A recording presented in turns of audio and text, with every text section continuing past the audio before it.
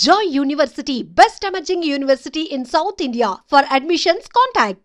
So ఏం లేదు, excited for the release of the film. Okay, movie గురించి అయినా కానీ మీ బిగ్ బాస్ లైఫ్ చరిత్ర అయినా కానీ ఇంకా అందరికీ తెలిసిందే. సో చాలా మందికి కూడా గౌతమ్ కృష్ణ అంటే ఏంటో అనేది ఒక పాయింట్ ఆఫ్ అనేది వచ్చేసి ఉంటుంది. అది కాయిన్ వన్ సైడ్ అనుకుంటున్నాను. So other side of the Gautam Krishna అంటే ఏంటి అనేది కూడా ఈ పాడ్కాస్ట్ ద్వారా తెలియాలనుకుంటున్నాను. డన్. ఓకే ఓకే సో ఏంటి బ్రో, ఈ సినీ రంగ ప్రయాణం అనేది చాలా మంది బిగ్ బాస్ నుంచి వచ్చిన వాళ్ళు ట్రై చేశారు, ఒడిదుడుకులు అనేది అనుభవించారు, నిలబడలేక పడిపోయిన సందర్భాలు అనేది కూడా ఉంది. కానీ నిలబడాలని ట్రై చేస్తూ ఉన్నారు. ఇప్పుడు మీరు నిలబడాలనుకుంటున్నారా? నిలబడాలని అనుకుంటూ ఉంటారు.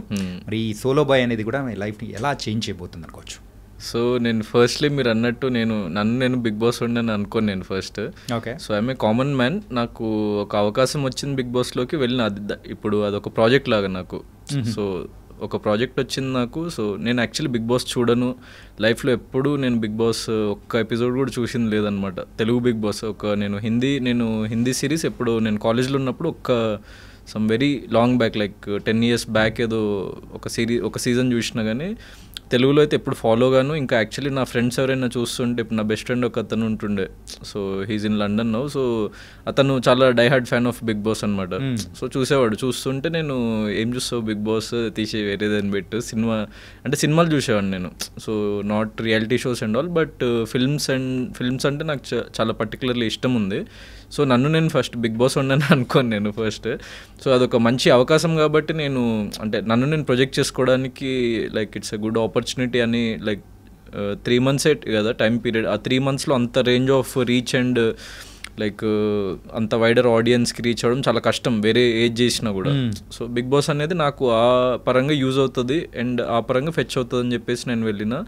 అండ్ అక్కడ ఏంటంటే మన పర్సనాలిటీ, మనము ఏంటి అన్న మన గ్రౌండ్ మీద మనం నిలబడితే మనమంటూ నచ్చే ఒక kind of set of audience ఉంటారు. సో వాళ్ళకి నేను నచ్చిన తప్ప. So I'm not a Bigg Boss audience actually చెప్పాలంటే. సో నేను ఈవెన్ నా ఎపిసోడ్స్ కూడా నేను చూసుకోను. ఓన్లీ ఒక ఎపిసోడ్ నా ఫినాలేలో గ్రాండ్ ఫినాలేది ఒకటి, దెన్ నా జర్నీ వీడియోది ఒకటి, ఆ రెండే చూసుకున్నా నేను ఎపిసోడ్స్. మీరు ఎంత అవుననుకున్నా కాదనుకున్నా కానీ తర్వాత ఎన్ని మూవీస్ చేసిన ఒక మంచి స్టార్డమ్ వచ్చినా ఈ బిగ్ బాస్ అనే మార్క్ మాత్రం టాటో లాగా బాడీ నుంచి పోదేమో అసలు. అంటే అది ఓకే, నాకు I don't mind having that. అంటే బిగ్ బాస్కి వెళ్ళొచ్చాడు ఆ పేరు, లైక్ అది నాకు పాజిటివ్ అయింది, నాకు హెల్ప్ అయింది కాబట్టి. ఎందుకంటే నేను యాజ్ ఎ ఫ్రెష్ ఫేస్ వెళ్ళిన. ఇంతకుముందు నాకు అంత పెద్ద బాడీ ఆఫ్ వర్క్ ఏం లేదు. అంటే సీరియల్స్ చేసో లేకుంటే వేరే అదర్ ఏదైనా చేసి లేకుంటే వెళ్ళిపోయి మళ్ళీ రిటర్న్ రావడానికి అలా కాదు. It's like my starting point. And నేను వెళ్ళింది చాలా యంగ్ ఏజ్లో. అంటే నేను సీజన్ 7 అప్పుడు 27, సీజన్ 8 అప్పుడు 28. సో చాలా యంగ్ ఏజ్లోనే వెళ్ళినా కాబట్టి. సో నేను దాన్ని అంతా లైక్ ఏదో ఉండిపోతుంది ఉండదు అంత పట్టించుకోను. So it's a good experience for me. అంటే ఒక్కొక్కరికి ఒక్కోలా ఉంటుంది బిగ్ బాస్. నాకైతే గుడ్ ఎక్స్పీరియన్స్ లానే నేను బయటకు వచ్చిన సీజన్ 8 నుంచి. Very very positive and very healthy kind of receiving from audience and media and every one actually చెప్పాలంటే సీజన్ 8 అయితే. సో అది నాకు లైక్ పాజిటివ్ అని అనుకుంటా. కానీ ఇప్పుడు బిగ్ బాస్ నుంచి వచ్చారా, బిగ్ బాస్ నుంచి రాలేదా, పాస్ట్ బ్యాక్గ్రౌండ్ ఏంటి అది చూడరు బ్రో. అంటే నా ఉద్దేశంలో అంటే ఇప్పటి వరకు అది మనము ప్రాపర్ కంటెంట్ ఉన్న ఫిలిం లేకుంటే ఆడియన్స్ని అంత మెప్పించే film like Bigg Boss family నుంచి లీడ్గా వచ్చి ఎవరు చేయలేకపోవచ్చు. అందుకే మరి మైట్ బి ఆడియన్స్ తీసుకోలేకపోవచ్చు. కానీ ఇప్పుడు ఆల్రెడీ బిగ్ బాస్లో అంటే వెళ్ళొచ్చిన వాళ్ళు కూడా నెక్స్ట్ ఏదైనా చాలా మంచి ప్రాజెక్ట్ చేస్తే డెఫినెట్లీ సక్సెస్ఫుల్ అవుతుంది. నేను ఏదైనా మంచి ప్రాజెక్ట్ చేస్తే డెఫినెట్లీ సక్సెస్ఫుల్ అవుతుంది. సో ఇప్పటి వరకు జరగలేదు కానీ అది జరుగుతుందని చెప్పేసి నేను నమ్ముతున్నది definitely. Coming to the solo boy. Solo boy మీరు సింగిల్గా సోలోగా అయితే రాబోతున్నారు July 4th. So coming to the movie, so అంటే ఇప్పుడున్న ప్రజెంట్ జనరేషన్ వాళ్ళకి అందరికీ ఎక్కే టైప్లో ఉండబోతుంది అనుకోవచ్చా? డెఫినెట్లీ. ఎందుకంటే ఇప్పుడు లైక్ నేను దాంట్లో ఉన్నా అంటే ఆబ్వియస్లీ నేను కూడా ఈ జనరేషన్ పర్సనే కదా. నాకు చాలా నచ్చితేనే నేను ఈ ఫిలిం చేసిన and I saw myself.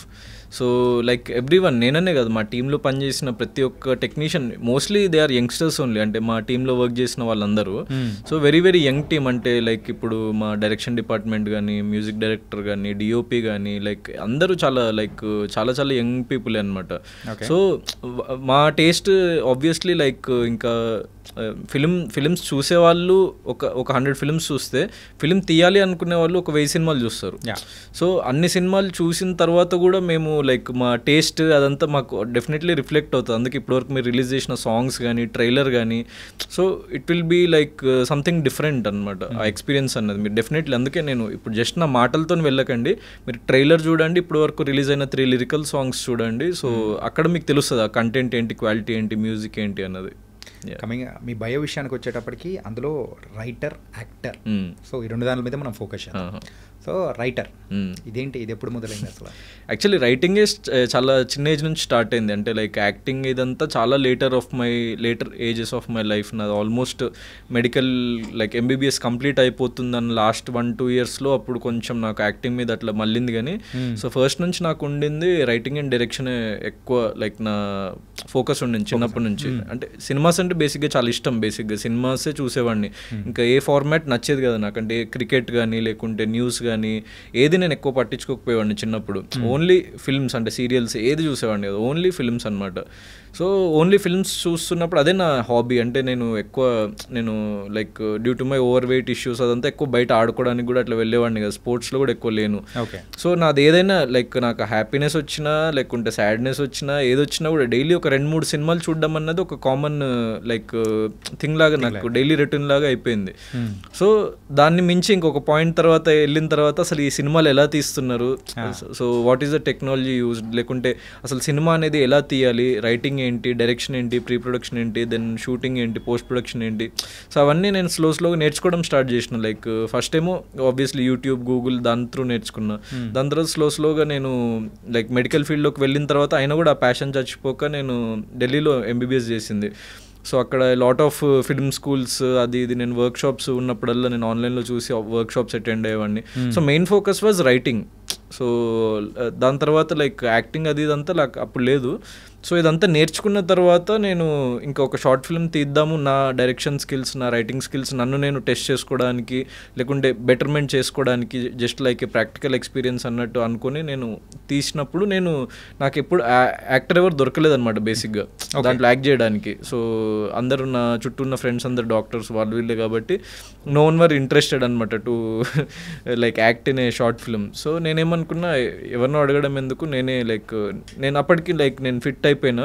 So నా జర్నీలో లైక్ ఐ గాట్ ఫిట్. నేను MBBS సెకండ్ ఇయర్ వరకు కొంచెం చాలా ఓవర్ వెయిట్ ఉంటుండే, తర్వాత నేను కొంచెం ఫిట్నెస్లోకి అట్లా వచ్చి సో ఫిట్ అయిపోయినా. సో నేనే యాక్ట్ చేసి చూసుకుందాము, ఎవరికి చూపించేదేం లేదు కదా, జస్ట్ నా ప్రాక్టీస్ కోసం అన్నట్టు నేను చేయడం జరిగింది. చేసిన తర్వాత అప్పుడు ఫ్రెండ్స్కి దెన్ ఫ్యామిలీ వాళ్ళకి చూపించినప్పుడు సో దే లైక్ డిట్ అనమాట. సో యాక్టింగ్ అన్న పార్ట్ అంటే వాళ్ళకి డైరెక్షన్ అనేది కనిపించదు కదా. ఇప్పుడు డైరెక్షన్ రైటింగ్ అనేది మనకు డైలాగ్స్లో స్టోరీలో వాటికి తెలుస్తుంది, కానీ డైరెక్షన్ అంటే ఏంటో అసలు చాలామందికి తెలియదు. సో అదేం ఆ స్కిల్ కంటే వాళ్ళకి నచ్చింది యాక్టింగ్ అన్నది. నువ్వు ఆన్ స్క్రీన్ చూడడానికి స్క్రీన్ ప్రెజెన్స్ బాగుంది, దెన్ లైక్ యువర్ యాక్టింగ్ కొంచెం ఎమోషనల్ సీన్స్ అవి ఉండే బాగా చేసినావు, నువ్వు ఇంకా ట్రైనింగ్ తీసుకొని దీంట్లో ఒకసారి పర్స్యూ చేసి చూడు, సో యూ మైట్ షైన్ అన్నట్టు వాళ్ళు సజెషన్స్ ఇచ్చిండ్రు. దెన్ నేను ఆలోచించి రీథింక్ చేసి దెన్ ఇంకొన్ని లైక్ ప్రాక్టికల్గా కొన్ని చేసి దెన్ యాక్టింగ్ ఇన్స్టిట్యూట్లో జాయిన్ అయ్యి then few months acting course ఒక 6 months చేసి దెన్ యాక్టింగ్ వైపు అలా రావడం జరిగింది. కానీ ఆ రైటర్ అన్నది ఇక లోపల ఆబ్వియస్లీ ఉంటుంది, అది చచ్చే వరకు ఉంటుంది ఇక డెఫినెట్లీ. ఓకే. అంటే గౌతమ్ బ్రో ఏంటంటే మీ రైటింగ్ అనేది ఈ సోలో బాయ్ మీద ఎంత ఇంపాక్ట్ ఏమైనా చూపించిందా అసలు?